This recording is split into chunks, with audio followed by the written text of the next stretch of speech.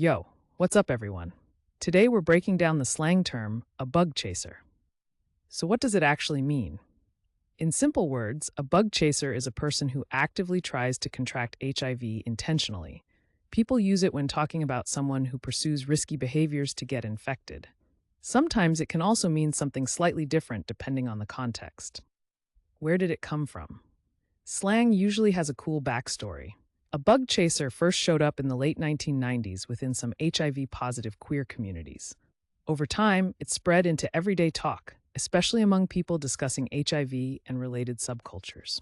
Now let's check out how to use a bug chaser in a sentence. Correct example 1. He's known as a bug chaser because he actively seeks out risky encounters despite the dangers. Correct example 2.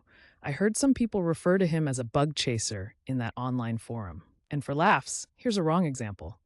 My grandma said a bug chaser at Sunday dinner, and everyone just froze. See how slang adds personality and vibe?